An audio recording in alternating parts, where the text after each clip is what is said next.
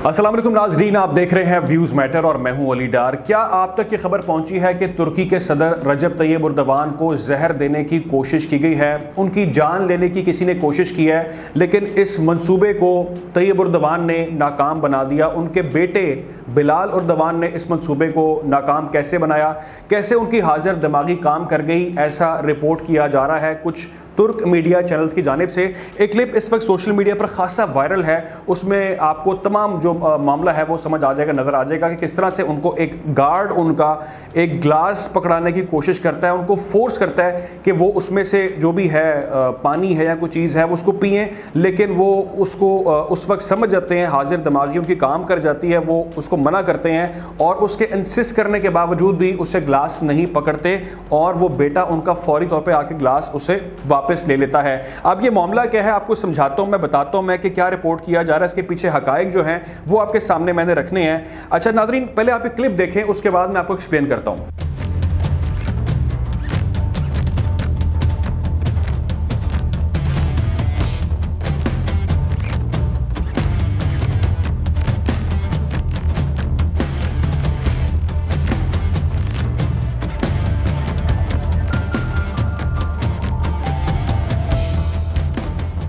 जी, तो आपने क्लिप में देखा कि तैयब एर्दोगान को एक उनका मुहाफिज है, गार्ड है, वो ग्लास पकड़ा रहा है और वो पहले तो देखते रहते हैं कि वो पीछे कर लेगा, वो नहीं इसको रिस्पॉन्स करते। फिर वो बाकायदा मुड़कर जब देखते हैं पीछे तो वो गार्ड पीछे हट जाता है और उनका जो ग्लास है वो बेटा उनसे लेता है, जिसका नाम मैंने आपको बताया बिलाल एर्दोगान। वो उनसे ग्लास लेने के बाद जब वो पकड़ाता है तो वो क्रॉस चेक करने के बाद उस ग्लास में से जो है वो पानी पी लेते हैं। अब इस वक्त इस मामले को लेकर तुर्की के मीडिया पर खासी बहस चल रही है कि इसको बड़ा क्रिटिकल मैटर कहा जा रहा है। मैं आपको बता दें तो पहले इस्तांबुल न्यूज़, बड़ा नाम है तुर्की का, वो इस पर क्या कह रहा है। वो ये कह रहा है कि ये सिक्योरिटी का पर्पस था जिस पर उन्होंने ठीक रिएक्ट किया, सिक्योरिटी रीजंस की वजह से उन्होंने ये ऐसा किया और अवॉइड किया उस ग्लास को पकड़ने के हवाले से। कुछ लोग ये डिबेट कर रहे हैं, बहस कर रहे हैं कि उनके मुहाफिज ने, उनके गार्ड ने उनको इतना इंसिस्ट क्यों किया, फोर्स क्यों किया वो ग्लास पकड़ने के लिए। मतलब अगर एक बार उसने कहा, उन्होंने रिजेक्ट कर दिया तो उसको पीछे कर लेना चाहिए, लेकिन वो चाहता था, वो डेलिब्रेटली उनको फोर्स कर रहा था कि वो उस ग्लास में से पानी पिए। अच्छा, अब कुछ लोग ये भी बहस कर रहे हैं, बात कर रहे हैं कि उनका बिहेवियर ठीक नहीं था, उनको गार्ड से या मुहाफिज पर ट्रस्ट करना चाहिए था और पानी पी लेना चाहिए था, ऐसा उनको नहीं करना चाहिए था, और इसको लेकर बहुत ज़्यादा एक बहस चल रही है। लेकिन सवाल ये पैदा होता है कि उन्होंने उस ग्लास में से पानी उस मुहाफिज पर ट्रस्ट करके क्यों नहीं पिया, और अपने जब बेटे ने वो ग्लास पेश किया तो उन्होंने फौरी तौर पर उसको जो है वो उसमें से पानी पी लिया।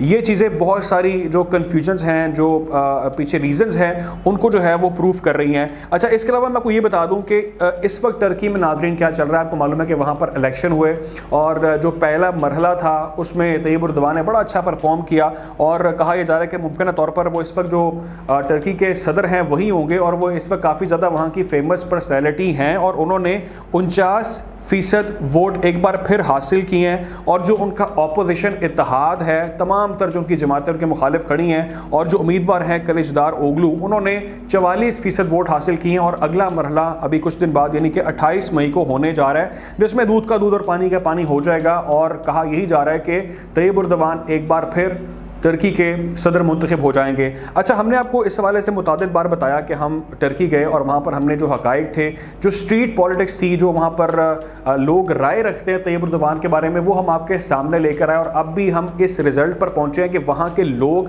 तैयब एर्दोगान से खासे मुतमईन हैं, तभी उन्होंने बर वक्त इलेक्शन वहाँ पर करवाए। ज़लज़ले वहाँ पर आए, बहुत बुरे वहाँ पर हालात थे।